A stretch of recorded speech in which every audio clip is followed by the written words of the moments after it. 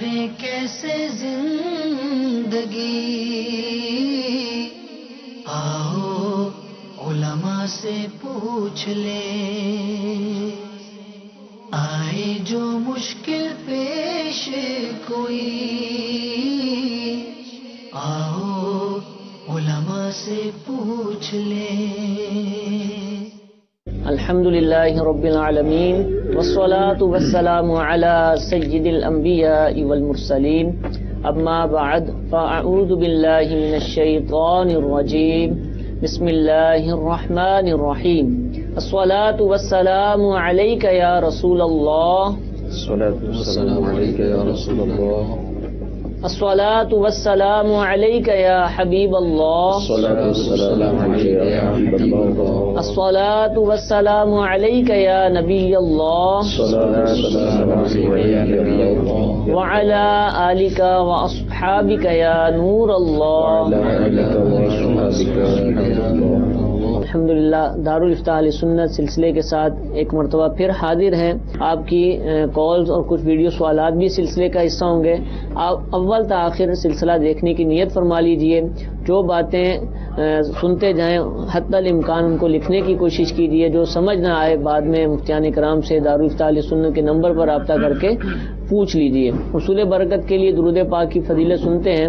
امیر اہل سنت دامت برکاتہم العالیہ اپنے رسالے ضیاء درود و سلام کے صفحہ نمبر 8 پر حدیث پاک نقل فرماتے ہیں، نبی کریم صلی اللہ تعالی علیہ وآلہ وسلم نے ارشاد فرمایا، جسے یہ پسند ہو کہ اللہ عز و جل کی بارگاہ میں پیش ہوتے وقت اللہ عز و جل اس سے راضی ہو، اسے چاہیے کہ مجھ پر کثرت سے درود شریف پڑھے۔ صلو علی الحبیب صلی اللہ تعالی علی محمد صلی اللہ تعالی علیہ وآلہ وسلم۔ قربانی کے جانور کی شرائط جو ہیں وہ آج ہمارا موضوع ہے۔ اولاً یہ ارشاد فرمائیے کہ قربانی کا جانور کیسا ہونا چاہیے، کیا چیزیں دیکھی جائیں جانور کو خریدتے وقت یا اس کو قربان کرتے وقت؟ دیکھیں، سب سے پہلی بات تو یہ کہ قربانی کے جانور مخصوص جانور ہیں، پالتو جانور، اور ان کے اندر بھی بیان کیا گیا اونٹ، بھینس وغیرہ، بکرا یا بکری، اور پھر اسی طرح بکرا بکری کے اندر دمبے وغیرہ بھی شامل ہیں۔ تو اولاً تو جانور کی یہ خصوصیت کے مخصوص قسم کے جانور ہی قربانی میں ذبح کیے جاتے۔ دوسری بات پھر آ جاتی ہے قربانی کے جانور کی عمر، ٹھیک ہے، کہ قربانی کے ہر قسم کے جانور کی نہیں ہوگی، بلکہ ایک منیمم اس کی عمر بیان کر دی گئی، کم از کم اتنی عمر والا جانور ہوگا تو اس کی قربانی ہو سکتی ہے۔ جیسا کہ بکرے کے لیے 1 سال کی عمر ضروری ہے، بھینس وغیرہ کے لیے جو ہے وہ 2 سال، اور اونٹ کے لیے 5 سال۔ البتہ اگر دمبا ہے جو 6 ماہ کا ہے لیکن اتنا فربا ہے کہ اگر سال والوں کے ساتھ جو ہے وہ کھڑا ہو تو سال بھر کا ہی نظر آئے تو اس کی بھی قربانی ہو سکتی ہے، لیکن یہ فقط دمبے یا بھیڑ کے ساتھ ہی خاص ہے، جسامت میں اتنا لگتا ہے، لیکن یہ فقط دمبے یا بھیڑ کے ساتھ ہی خاص ہے۔ بکرا اگرچہ جو ہے وہ 11 مہینے کا بھی ہو اور کتنا ہی فربا کیوں نہ ہو، اس کی قربانی نہیں ہو سکتی، اس کے لیے پورے سال کا ہی ہونا ضروری ہے۔ اب تیسری بات آ جاتی ہے کہ وہ جانور جو راہ خدا میں انسان قربان کر رہا ہے کن خصوصیات کا حامل ہونا چاہیے، ٹھیک ہے۔ بعض یہ ضروری خصوصیات تھیں اور بعض یہ کہ وہ اور زیادہ اس کے اندر حسن آ جاتا ہے۔ تو اس میں سب سے پہلی بات تو یہ کہ عیوب سے مکمل طور پر پاک ہو، عیب نہ ہو کسی بھی قسم کا اس جانور کے اندر۔ اگر عیب ہے اور تھوڑا عیب ہے تو قربانی ہو جائے گی لیکن کراہت کے ساتھ، ٹھیک ہے، اور اگر زیادہ عیب ہے تو ایسی صورت کے اندر قربانی ہی نہیں ہوگی۔ اور پھر چونکہ راہ خدا میں انسان اللہ کی بارگاہ میں، اللہ کی راہ میں جو ہے وہ جانور قربان کر رہا ہے، تو بہتر یہ ہے کہ اپنا اچھا مال جو ہے وہ راہ خدا کے اندر خرچ کرے۔ اللہ نے قرآن پاک میں بھی ارشاد فرمایا، لن تنالوا البر حتی تنفقوا مما تحبون، کہ تم اس وقت تک بھلائی کو نہیں پا سکتے جب تک کہ اپنی پسندیدہ چیز راہ خدا میں خرچ نہ کرو۔ تو راہ خدا میں قربانی ہم کر رہے ہیں تو چاہیے کہ اپنا اچھا مال جو ہے، اچھے مال سے اچھا جانور خرید کر ذبح کریں۔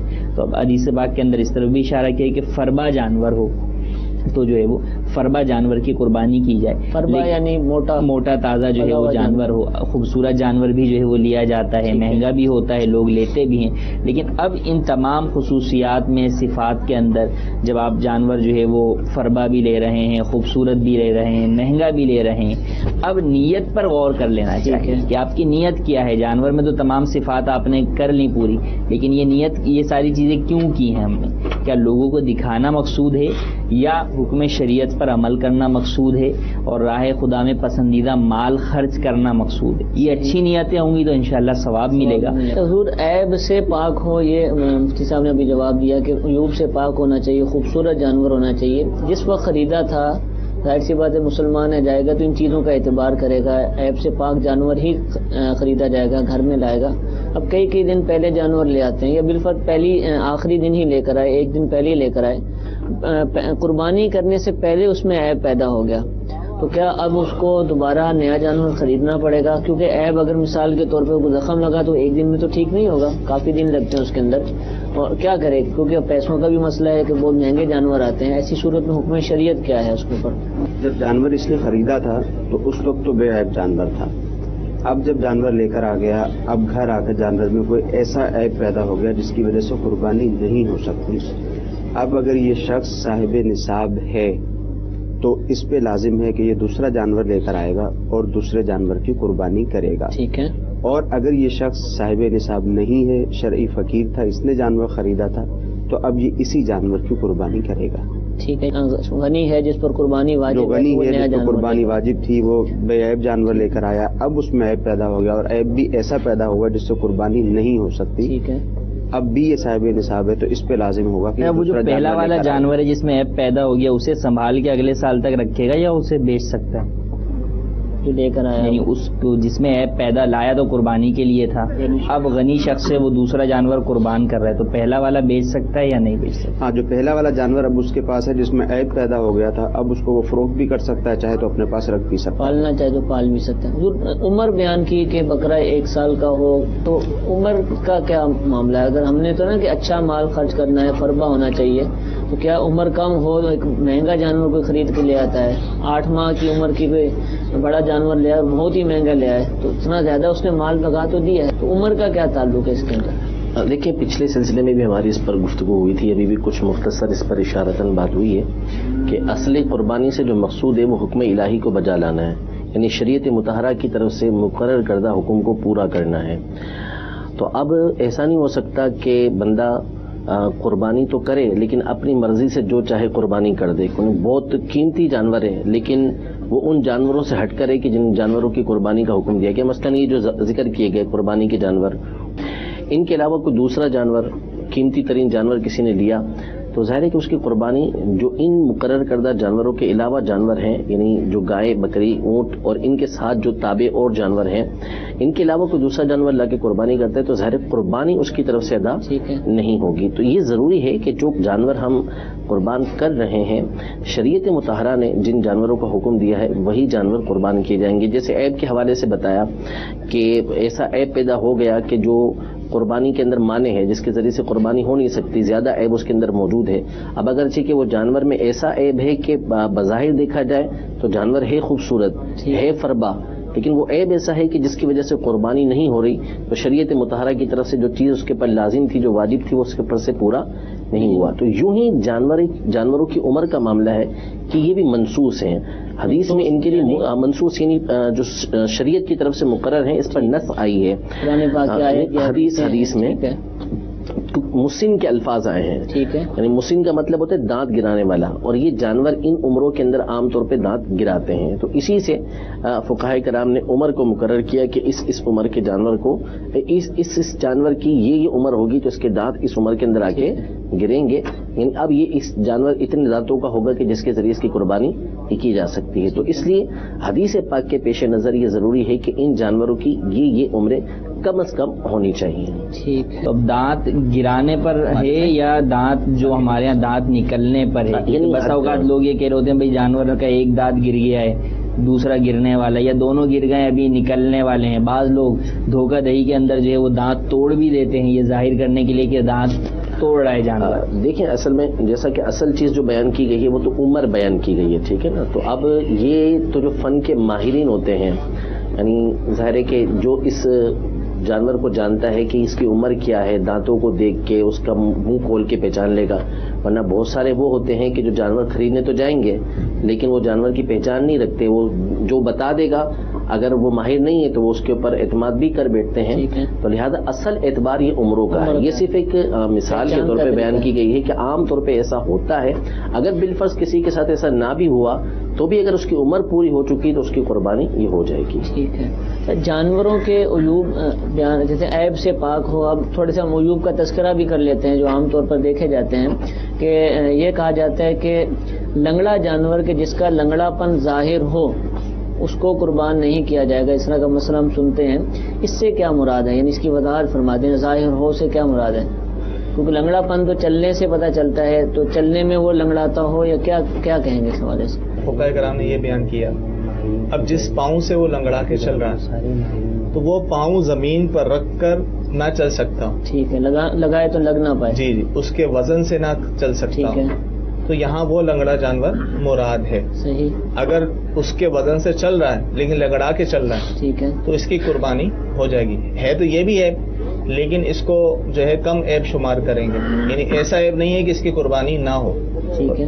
وہ لنگڑا جانور جس کی قربانی نہیں ہوتی تو فقہاء کرام نے یہ بیان کیا ہے کہ وہ زمین پر رکھ کر چل نہ سکتا ہو اس کے وزن سے. ٹھیک ہے. تو یہ جو ہے اس کی قربانی نہیں ہوگی. ورنہ تو قربانی کی جانور تو یہ کہ معمولی عیب بھی نہیں ہونا چاہیے. صحیح. حتیٰ کہ کان میں سوراخ بھی ہو تو اس کی بھی قربانی جو ہے وہ مکروہ ہے, مکروہ تنزیہ ہے. اور زیادہ عیب ہوگا تو قربانی نہیں ہوگی. تو لنگڑے پن سے یہ مراد ہے جو میں نے آپ کو بتایا. ٹھیک ہے. اچھا, کان میں سوراخ کی بات کی, کان اگر کٹے ہوں جانور کے جیسے دیکھا جاتا ہے تو کیا ایسے جانور بھی عیب دار کہیں؟ کیونکہ کئی تو بچپن سے کان کٹے ہوئے ملتے ہیں, بڑے بھی اسی حالت میں ہو جاتے ہیں, تو کیا یہ عیب والے کہیں گے یا جائز ایسے جانور؟ اس میں کان میں سوراخ ہو یا کٹ گیا ہو تو عیب تو ہے یہ, لیکن کیا کتنا کٹنا عیب شمار ہوگا کہ قربانی نہ ہو؟ تو جیسے عضو جو اس کا کان ہے, اس کان کی اگر 1/3 سے زیادہ اگر اس کا کان کٹا ہو, 1/3 سے مراد کسی بھی چیز کا تیسرا حصہ. ٹھیک ہے. اس کو سمجھانے کے لیے جیسے اگر گائے کا کان 1 فٹ 12 انچ ہے اس کا سائز کان کا, تو اگر کان 4 انچ سے زیادہ کٹا ہے, 5 انچ کٹا ہے, 6 انچ تک کٹ گیا ہے, تو ایسے جانور کی قربانی نہیں ہوگی. دونوں کان یا ایک بھی؟ اگر ایک کان بھی. اچھا. ایک کان بھی اگر 12 انچ کا ہے اور اس میں سے وہ 5 انچ کٹ گیا ہے, تو یہ آئیڈیا ہوگا دوسرے کان کو دیکھتے ہوئے کہ اس کا ایک کان تو 12 انچ کا ہے تو دوسرا کان وہ 5 انچ کٹا ہے, تو اس سے ظاہر ہے کہ دونوں کان مساوی ہوتے ہیں نارمل. تو یہ 5 انچ کٹا ہے, زیادہ کٹ گیا ہے, تو یہ قربانی نہیں ہوگی. اور اگر یہ 12 انچ میں سے 2 انچ کٹا ہے, 3 انچ کی مقدار کٹی ہے, تو یہ چونکہ 1/3 سے کم ہے, اس صورت میں اگرچہ یہ عیب ہے لیکن یہ عیب معمولی قرار دیا جائے گا, قربانی ہو جائے گی. اگر 1/3 کٹی ہوئی ہو, اگر 1/3 یعنی 1 فٹ کان ہو, 4 انچ کٹا ہے, 1/3 ہو گیا یہ, تو قربانی ہو جائے گی. 1/3 سے زیادہ ہوگا تو یہ عیب قربانی کرنے سے مانے ہوگی. پھر اب وہ ناپ لے, یعنی دونوں کانوں میں سے ایک کٹا ہے تو دوسرے کے ذریعے جو صحیح کان ہے اس سے برابر ہی ہوتے ہیں دونوں کے دونوں. ٹھیک ہے, جزاک اللہ. جی بڑھتے ہیں اب آپ کی کال کی طرف. صلو علی الحبیب صلی اللہ تعالی علی محمد صلی اللہ علیہ وسلم. میرا مفتی صاحب سے سوال ہے, مرحومین کی طرف سے قربانی کرنے کا کیا حکم ہے؟ جی حضور, مرحومین کی طرف سے قربانی کرنے کا, کوئی انتقال کر جائے تو کیا اس کی طرف سے قربانی کی جا سکتی ہے؟ مرحومین کی طرف سے جو قربانی ہے یہ اصالِ ثواب کے لیے قربانی کی جاتی ہے اور یہ کرنا جائز ہے, جبکہ مرحوم کی طرف سے کسی طرح کی کوئی وصیت کا معاملہ نہیں ہے. یعنی عام طور پر والد مرحوم ہے یا والدہ مرحوم ہے یا گھر میں کوئی بھی مرحوم ہوتے ہیں, ان کی طرف سے اصالِ ثواب کے لیے قربانی کی جاتی ہے. خود نبی کریم صلی اللہ علیہ وآلہ وسلم نے حضرت علی رضی اللہ تعالیٰ عنہ کو وصیت فرمائی کہ وہ ان کی طرف سے بھی, آپ صلی اللہ علیہ وسلم کی طرف سے بھی قربانی کریں. تو آپ رضی اللہ تعالیٰ عنہ 2 قربانیاں کرتے تھے, ایک اپنی طرف سے اور ایک نبی کریم صلی اللہ علیہ وآلہ وسلم کی طرف سے قربانی. تو اس طرح مرحوم کو قربانی اس کی طرف سے کرنا, یعنی اس کا ثواب اس کو پہنچانا, یہ اصالِ ثواب ہے.